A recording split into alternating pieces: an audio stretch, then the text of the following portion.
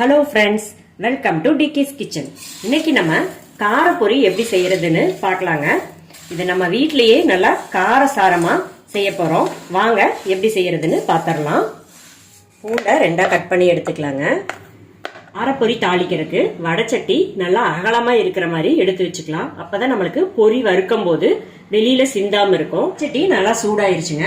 இதுக்கு தேங்காய் எண்ணெய் விட்டுக்கலாம். ஒரு 5 ஸ்பூன் அளவுக்கு தேங்காய் எண்ணெய் சேர்த்திக்கலாம். காரப்பொரிக்கு தேங்காய் எண்ணெய் ஊற்றி தாளிக்கும் போது நல்லா மனமும் ஃப்ளேவரும் ரொம்ப நல்லா இருக்கும். எண்ணெய் சூடாயிருச்சு. இப்போ நம்ம கடுகு 1/2 ஸ்பூன் சேர்த்திக்கலாம். கடுகு பொரிஞ்சிருச்சுங்க. 2 வரமிளகாய் 2ஆ பிச்சு வச்சிருக்கேன், அதை சேர்த்திக்கலாம். 2 கொத்து கருவேப்பிலை, அதையும் சேர்த்திக்கலாம். பூண்டு நான் ஒரு 20 பல்லு அளவுக்கு எடுத்து 2ஆ கட் பண்ணி வச்சிருக்கேன், அதையும் சேர்த்திக்கலாம்.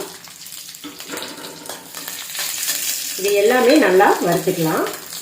பூண்டு நல்லா வறுபட்டுருச்சு. ரொம்ப பொன்னிறமா ஆச்சுன்னா நம்ம பொரி ஆறுனதுக்கு அப்புறமா அது ரொம்ப ஹார்ட் ஆயிரும். அதனால பாருங்க, லைட்டா பபிள்ஸ் வர மாதிரி இருக்கு. இந்த டைம்ல நம்ம நிலக்கடலை ஒரு 2-3 கைப்பிடி அளவுக்கு எடுத்து வச்சிருக்கேன், இதை சேர்த்திக்கலாம். பொட்டுக்கடலை 1/2 கைப்பிடி அளவுக்கு எடுத்திருக்கேன், அதையும் இது கூட சேர்த்திக்கலாம். இப்போ மஞ்சத்தூள் 1 ஸ்பூன் அளவுக்கு சேர்த்திக்கலாம். பொரி உப்பு பொரியா இருந்தா நீங்க உப்பு சேர்த்த வேண்டியதில்லை. நான் எடுத்திருக்கிறது சப்பையா இருக்கிற பொரி தான், அதனால லைட்டா உப்பு ஆட் பண்ணிக்கிறேன். மிளகாத்தூள் உங்க காரத்துக்கு தகுந்த மாதிரி சேர்த்திக்கோங்க. நான் இன்னைக்கு 3/4 ஸ்பூன் அளவுக்கு மிளகாத்தூள் சேர்த்தி இருக்கிறேன். அவ்வளவுதாங்க. இது எல்லாமே கரிஞ்சிராம சிம்ல வச்சு லைட்டா வறுத்தெடுத்துக்கலாம்.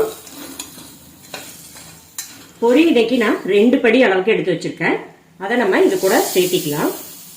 பொரி எந்த அளவுக்கு சேர்த்துறீங்களோ அதுக்கு தகுந்த மாதிரி காரம் ஆட் பண்ணிக்கலாம்.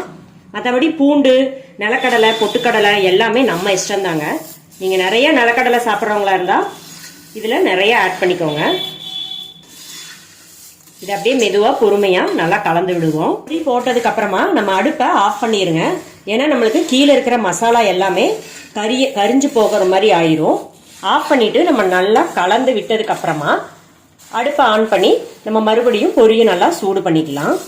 அவ்வளோதாங்க, சூப்பராக ரெடி ஆயிடுச்சு. இது நம்ம ஆறுனதுக்கு அப்புறம் நம்மளுக்கு பொரிக்காரர் வந்து கவரில் கொடுப்பாரு இல்லையா, அந்த கவர்லேயே போட்டு ஒரு டப்பாவில் போட்டு வச்சிட்டோன்னா 10 நாள் ஆனாலும் அப்படியே இருக்குங்க. நம்ம வேணுங்கும் போது லைட்டாக சாப்பிட்டுட்டு அப்படியே ஒரு டீ குடித்தோம்னா ரொம்ப சூப்பராக இருக்கும். நீங்களும் உங்கள் வீட்டில் ட்ரை பண்ணி பாருங்கள். மறக்காமல் எங்கள் சேனலை லைக் பண்ணுங்கள், ஷேர் பண்ணுங்கள், கமெண்ட் பண்ணுங்கள், சப்ஸ்கிரைப் பண்ணுங்கள். தேங்க்யூ.